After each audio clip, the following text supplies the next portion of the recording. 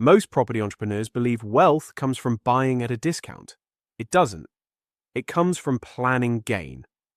The difference between land worth 20,000 and land worth 1 million plus is not construction. It's permission.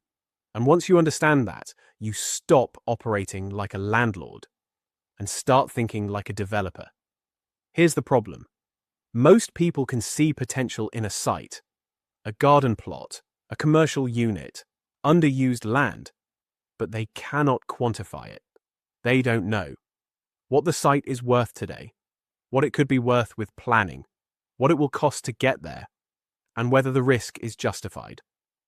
So instead of acting with clarity, they hesitate. Or worse, they move forward blindly. That's where most deals fail quietly.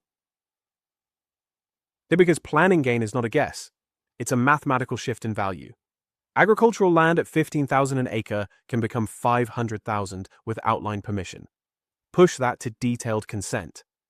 You're looking at 1 million plus. That uplift is where real wealth is created. Not after construction, before it. But here's where it gets more complex. Because planning is not just about upside. You're dealing with Section 106 contributions, community infrastructure levy, biodiversity net gain, local policy constraints, and negotiation with councils. Miss any of these, and your margin disappears. This is why most developers never scale, not because they lack capital, but because they lack clarity at the decision stage. At PCMA-ELITE, knowledge alone isn't enough. You need execution. This is not just education or consultancy, but an integration of both. Our model combines the Academy for Strategy and a step-by-step blueprint with an execution team working alongside you, bridging the gap between learning and doing. Expert planners, architectural designers, and development managers working alongside you on real projects. So, instead of trying to navigate policy, design, and negotiations alone, you operate with a team that already understands how to extract planning gain properly. Concept: Section 106 agreements under the Town and Country Planning Act 1990 are legal obligations required by local authorities as a condition of planning permission aimed at mitigating development impact. UK example: a Manchester developer seeking permission for 50 homes might face a S106 requiring 25% affordable housing, a £10,000 per dwelling education contribution, and funding for highway improvements. Common mistake: many developers fail to budget properly for S106 contributions, eroding profit margins or making schemes unviable. Pre-application engagement is also often overlooked. PCMA approach: we conduct pre-application viability assessments and engage early with the local authority. Our chartered planners negotiate S106 terms, and where contributions threaten viability, we prepare financial appraisals to argue for reductions, keeping schemes profitable and deliverable. Concept: the Community Infrastructure Levy, CIL, is a charge levied by local authorities on new developments to fund infrastructure. Unlike S106, it is a fixed charge per square meter of new floor space, non-negotiable except for exemptions, and set in each authority's CIL charging schedule. UK example: in some London boroughs, CIL can reach £400 per square metre, while in parts of the Midlands it may be £50 or even £0. A 100 square metre new build in a high charge area could incur a £40,000 CIL bill. Common mistake: developers often miss available exemptions, such as self-build, or fail to include CIL in initial appraisals, leading to unexpected post-planning costs. PCMA approach: we review the relevant CIL charging schedule, advise on exemptions, self-build, social housing relief, and ensure CIL is built into your financial modeling from day one, avoiding costly surprises. For the active entrepreneur, planning refusal is a key concern.